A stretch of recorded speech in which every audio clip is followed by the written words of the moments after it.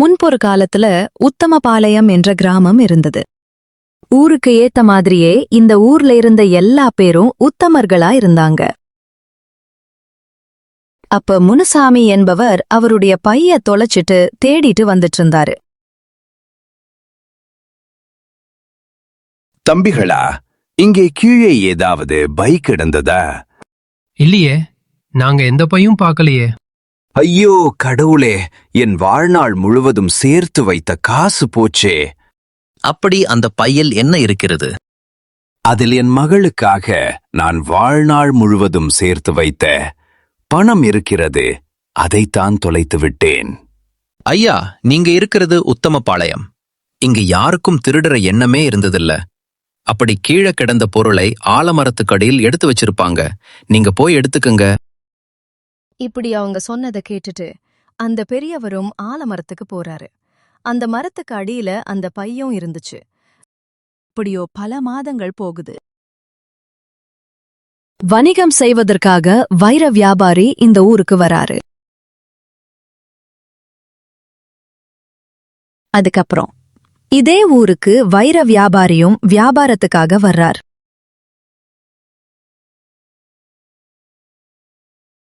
அதே ஊருக்கு பணக்காரர் ஒருத்தர் இடம் வாங்கி போடுவதற்காக வராரு. இங்க பாருங்க மக்களே, இவங்க 3 பேரும் நம்ம ஊருக்கு வியாபாரம் பண்றதுக்காக வந்திருக்காங்க. இவங்கள நம்மதான் பத்திரமாவும் நல்லாவும் பாத்துக்கணும். நீங்க 3 பேரும் இந்த ஊர்ல தாராளமாக எத்தனை நாள் வேணாலும் தங்கிக்கலாம். ரொம்ப நன்றி. நானும் எத்தனையோ ஊருக்கே வியாபாரம் பண்றதுக்கு போயிருக்கேன். ஆனா இந்த மாதிரி வரவேற்ப நான் பார்த்ததே கிடையாது. ரொம்ப நன்றி. இப்படி அந்த ஊர் மக்கள் அந்த 3 பேரையும் வரவேற்று அவர்களுக்கு ஆதரவு கொடுக்கறாங்க. மறுநாள் காலையில சுப்பையா என்பவரை அவரோட தோட்டத்துக்கு போறப்ப கீழே ஒரு வைரக்கல் கிடக்கிறத பாக்குறாரு. இத பார்த்தா விலை உயர்ந்த வைரக்கல்லு மாதிரி தெரியுது. இது யாருன்னு தெரியலையே. சரி, எப்பவும் போல ஆலமரத்துக்கு கீழே வச்சிருவோம். யாருடையதோ அவங்க வந்து அங்க எடுத்துக்குவாங்க.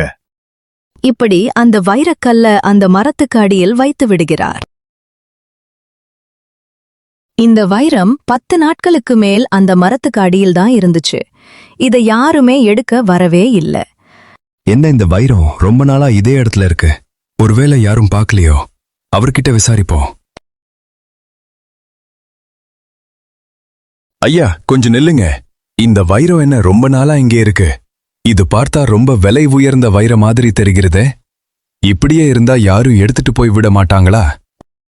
இந்த ஊர் மக்கள் யாருமே இந்த வைரத்தை எடுக்க மாட்டாங்க. ஏன்னா இந்த ஊர்ல ஒரு கட்டுப்பாடு இருக்கு. யாரும் யாருடைய பொருள் மீது ஆசைப்படக்கூடாதுன்னு எங்கேயாவது சொல். ஏதோ ஒரு பொருள் கிடைச்சுன்னா அந்த உரிமையாளர்கிட்ட சேர்ற வரைக்கும் அந்த பொருளை இந்த ஆலமரத்துக்கு அடியில் வைத்து விடுவார்கள். அவர்களும் தேடி வந்து இந்த ஆலமரத்துக்கு அடியில் அந்த பொருள் இருந்துச்சுன்னா எடுத்துட்டு போயிடுவாங்க. வேற யாரும் இந்த பொருளை தொடமாட்டாங்க. இப்படி இவங்க 2 பேரும் பேசுறத மத்த 2 பேரும் ஓரமா நின்னு கேட்டுக்கிட்டு இருந்தாங்க.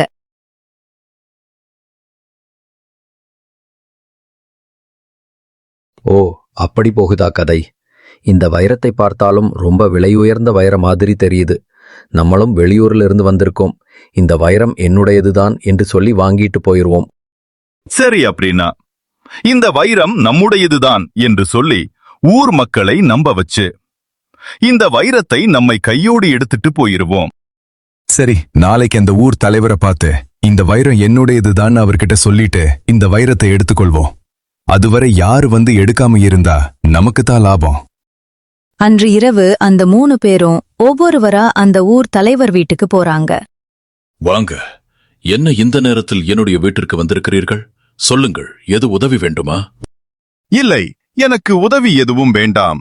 அந்த ஆலமரத்துக்கு அடியில் இருக்கும் வைரம் என்னுடையதுதான். அதை யாரோ அங்கே போய் வைத்துள்ளனர். அதை நான் எடுத்துக்கொள்ளலாமா?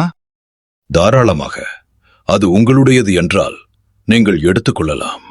ரொம்ப நன்றி. நன்றி ஐயா, எனக்கு உங்களின் உதவி வேண்டும்.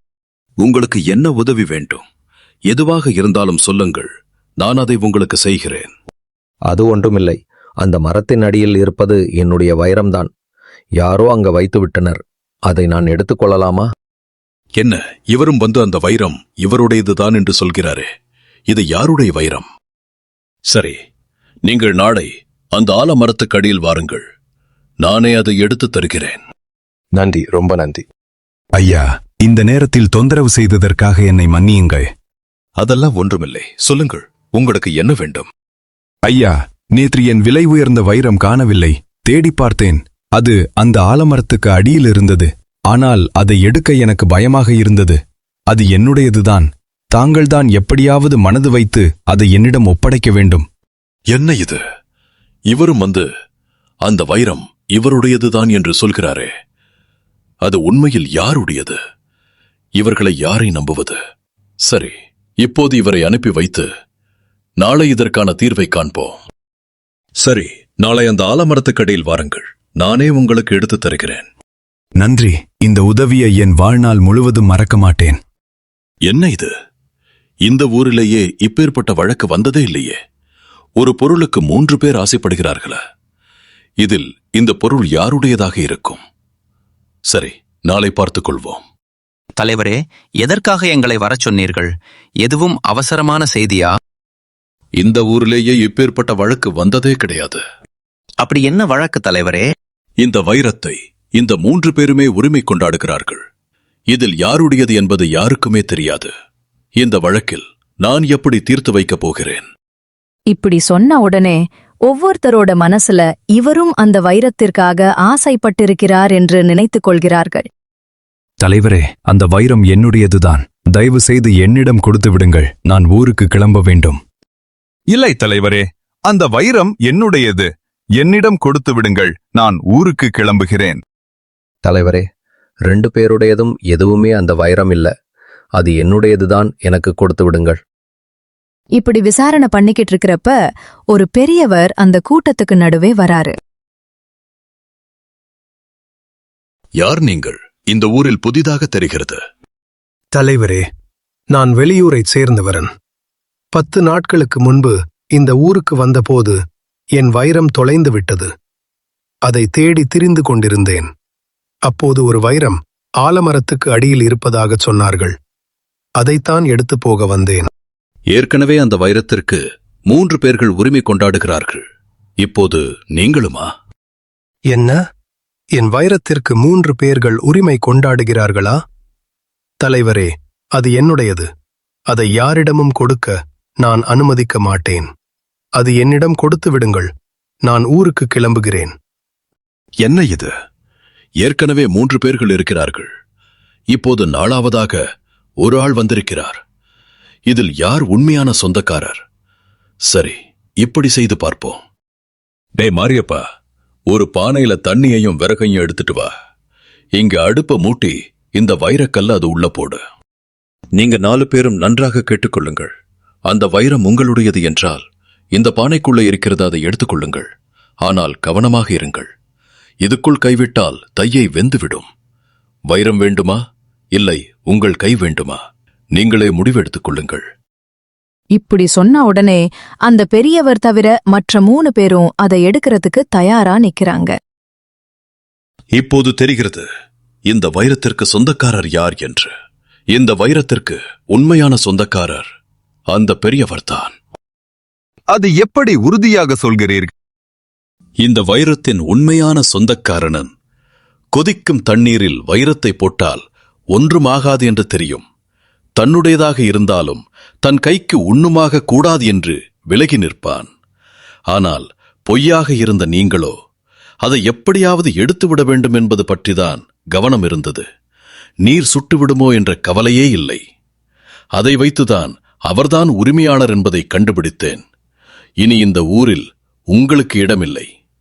எனக்கு மனம் மாறுவதற்குள் இங்கிருந்து கிளம்பி விடுங்கள்.